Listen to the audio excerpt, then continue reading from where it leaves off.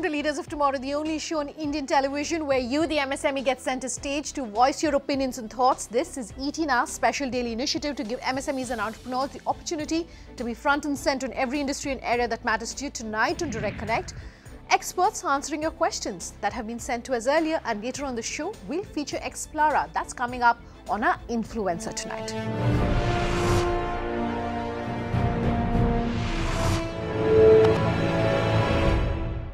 Thanks for joining us here tonight on Leaders of Tomorrow, and we're taking in all of the questions that our MSME viewers have sent us previously. Our first query is a call from Jinendra Jain. Go ahead. My question is, right, exactly everybody in the retail market, as such, we don't have any problem with the distributors. We are selling our goods to our distributors, and distributors are selling their goods to retailers. But retailers, and right now, they are in suspicion whether they would get the required market, what they are thinking, or they are not, because of GST. Okay, GST. And affecting his business, he wants to know how to overcome, one, the impact he's seeing due to GST, and second is an alternative, which even someone like me can answer, saying there's no alternative. Then GST is there, but what would you recommend for him? Yeah, absolutely right. There's no alternative to GST, so one has to live with that.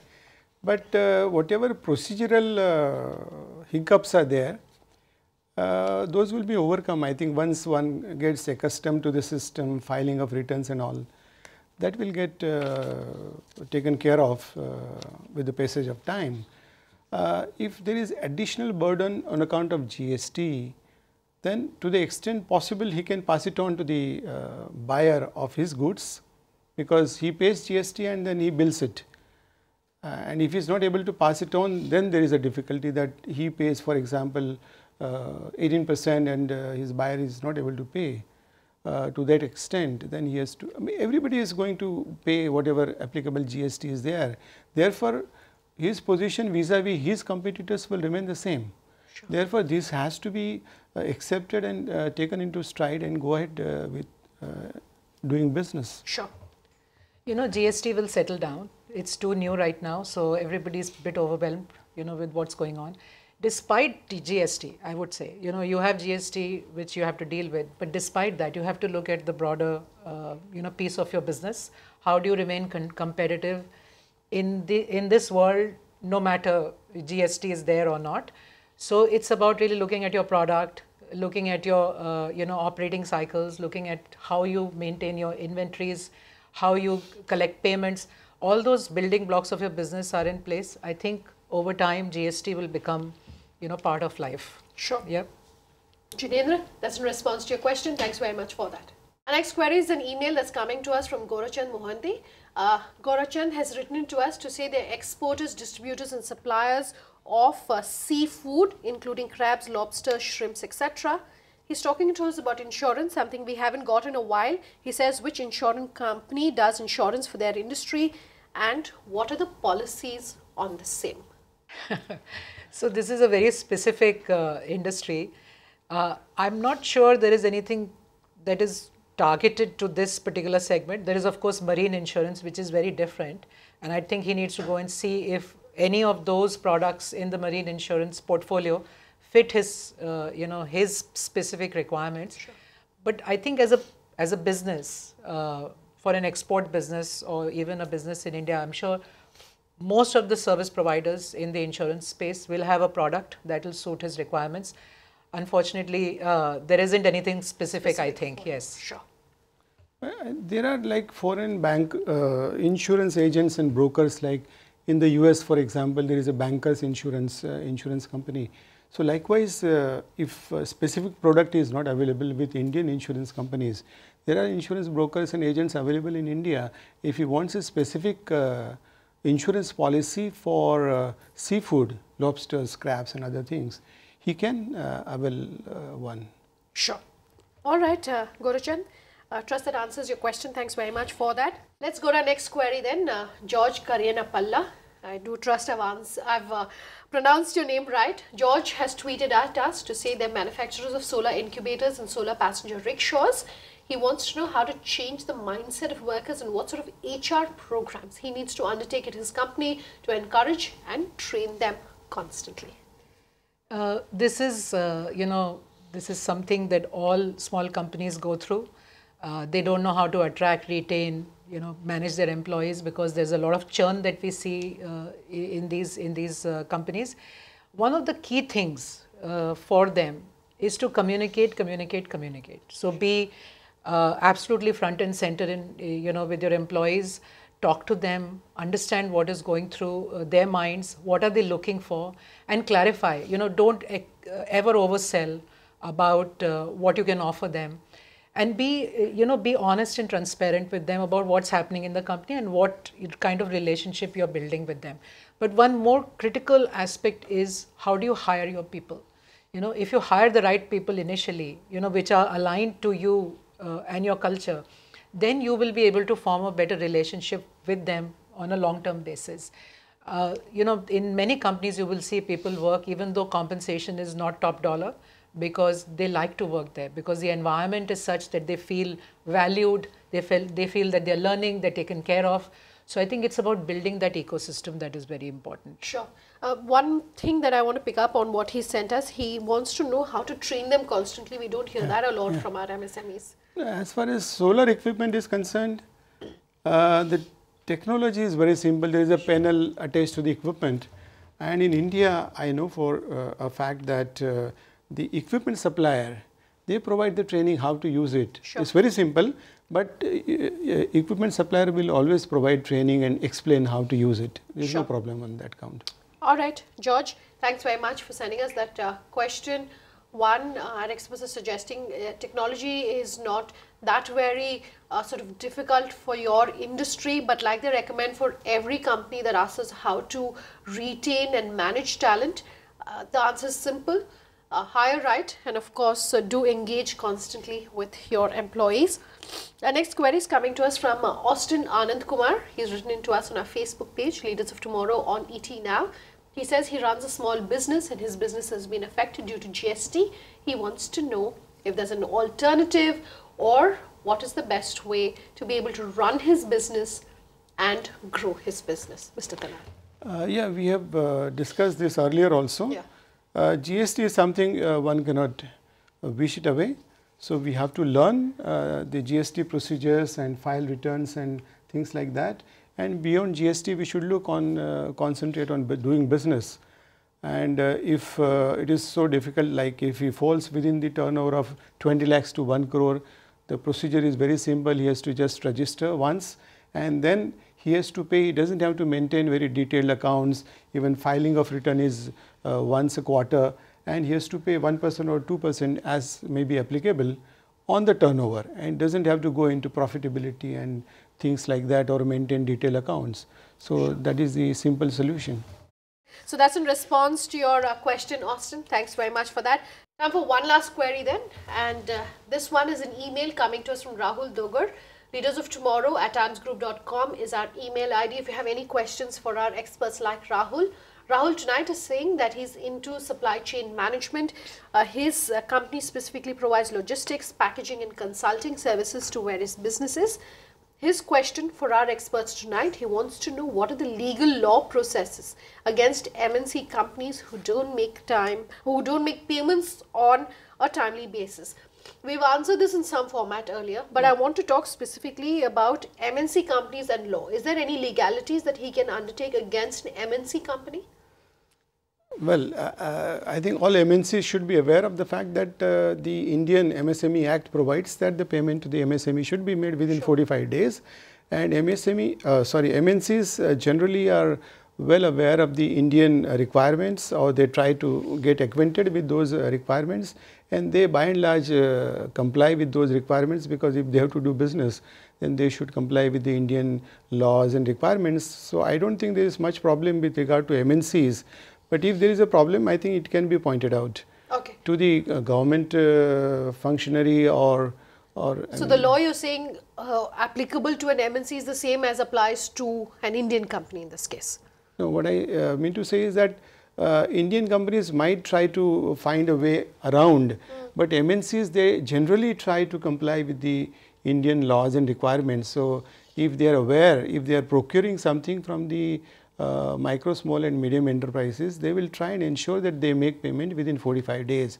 So I don't think there are many cases where MNCs don't make payment within 45 days. But large corporates, yes, I have heard about the instances where they don't make payment on time because they have strong arm and they don't pay on time. But MNCs generally they make payment because the law of India provides that payment must be made within 45 days. Okay, that's your experience. Yeah, and also, sometimes they negotiate longer payment terms right up front. Even the MNCs do, and they say that they will pay in 90 days or they'll pay in 120 days.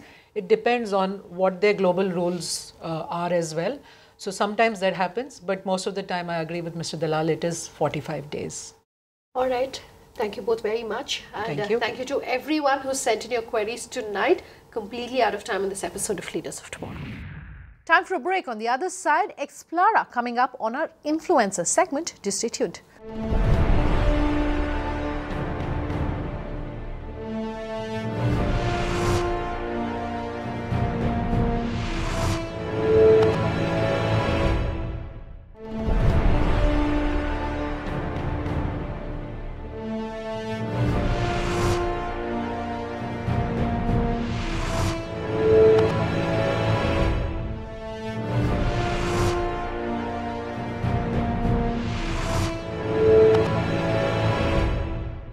Back with us here on Leaders of Tomorrow, and tonight on Influencer, I caught up with Explara. Santosh Panda, he's the founder and CEO of Explara, spoke to us about the growth of the event management industry in India and how entrepreneurs outside the metros are using events to communicate more about their brand and what you, the MSME entrepreneur, should know about that. Do take a look.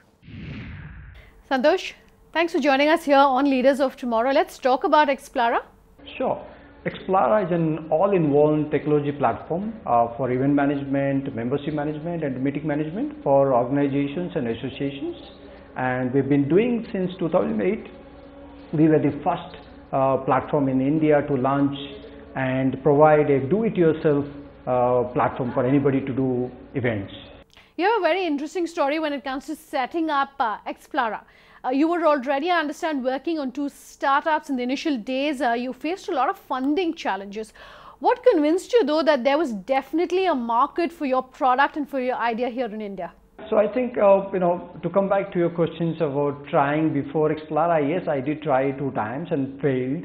And when I then picked up, Explara as a platform for solving the event registration management, I somehow quickly realized that the other 2 products that I was trying and failed had literally the issues of already there were players and the market was pretty much organized or was not in the kind of like immediate pain point. Whereas in event management, I quickly saw that it's happening every time, 24/7, 365 days, people are organizing events, but there are no tools, there are no solutions to improve your productivity, reduce your operational cost, the hassles to do an event and bring people together.